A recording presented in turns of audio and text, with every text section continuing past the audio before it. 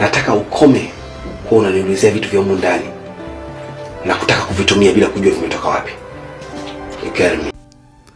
STSK, Uncle JJ, Steven Charles Kanumba. Leo ninakuletea historia ya maisha halisi kabisa ya Steven Charles Kanumba. Maisha yake ya shule, maisha ya tasnia yake ya uigizaji, pamoja na utata wa kifo chake. Kama bado haujasubscribe channel yako nzuri kabisa hii, naomba uweze kufanya hivyo ili wa kwanza kupata taarifa zetu pale pindi tu zinapoweza kutoka.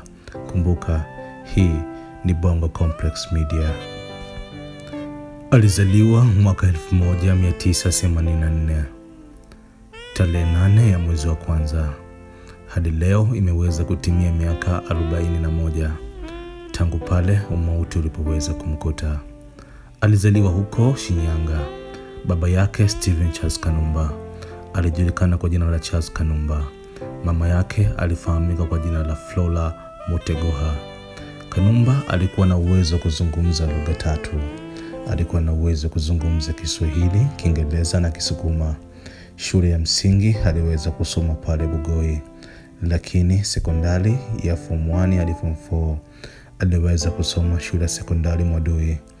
Advanced level, hapa namaanisha sekondari ya juu, aliweza kusoma Jitegemee, Dar es Salaam.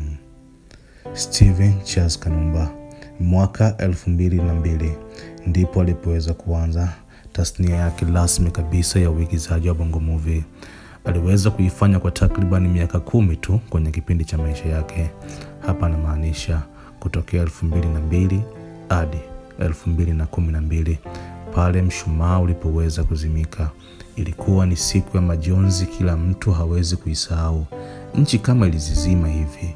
Mitandao ya kijamii ilikuwa sio mingi kipindi hiko, lakini kila mmoja aliweza kutegea sikio redio yake hawezi kusikia kunani.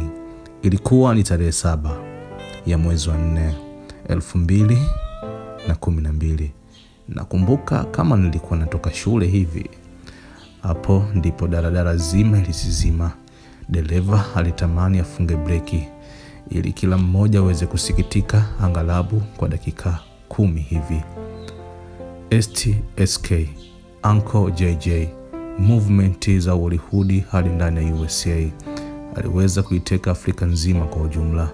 Kumshawishi Ramsey haikuwa kazi ndogo kuja kutoa Bongo kufanya filamu. Vile vile Mercy Johnson kutoka Nigeria na watu wengine wengi kabisa kuibuka hadi kwenye viunga vya Big Brother South Africa. Hakika huyo alikuwa ni mwamba. Aliweza kutamba na filamu kadha wa kadha, filamu ambazo ziliweza kumpa maarufu. Aliweza kuigiza filamu zaidi ya 30 kwenye career yake, lakini leo nitakusogezea filamu chache tu ambazo ziliweza kumtambulisha na kuweza kufanya vizuri. Mwaka 2006 aliweza kutoa filamu nyingi nzuri pendwa. Teknolojia ilikuwa bado ipo chini, lakini aliweza kufanya makubwa. Sio mwingine STSK, Uncle JJ. Vingamuzi miaka hiyo havikuwa vingi. Kila familia ilikuwa na TV fulani hivi ya kichogo. Ilipofika jioni, vibanda vya kukodisha CD viliweza kupata faida kubwa kwa kukodisha tu filamu zako. Nakumbuka miaka hiyo kukodi CD ya kina Kanumba ilikuwa 500 bwana. Ili usiku uweze kunoga mkimaliza kula, lazima msindikize na filamu ya Steven Charles Kanumba. Kwenye career yake aliweza kupitia mahusiano mengi, ila leo sitayazungumzia. Leo nitazungumzia wema, ufanisi, ubora na ustadi tu wa shughuli zake.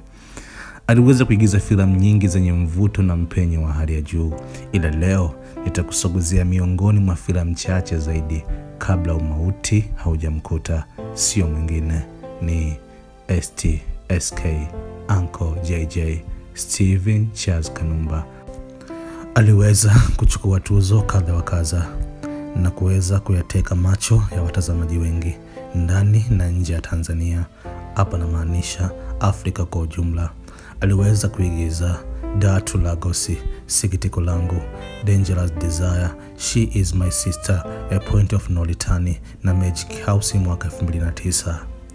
lakini vile vile aliendelea kuigiza filamu zingine nzuri zaidi kama Lady Valentine, Fake Smile, Offside, What Is It, Devil Kingdom, Ndoa Yangu na Love and Power. Hii ilikuwa ni filamu yake ya mwisho. Kabla pale umauti haujamkuta. Ama hakika tarehe 7 ya mwezi wa 4 2012 ilikuwa ni siku ngumu kwa Watanzania wote kukubali na kupokea kifo cha legend wa filamu.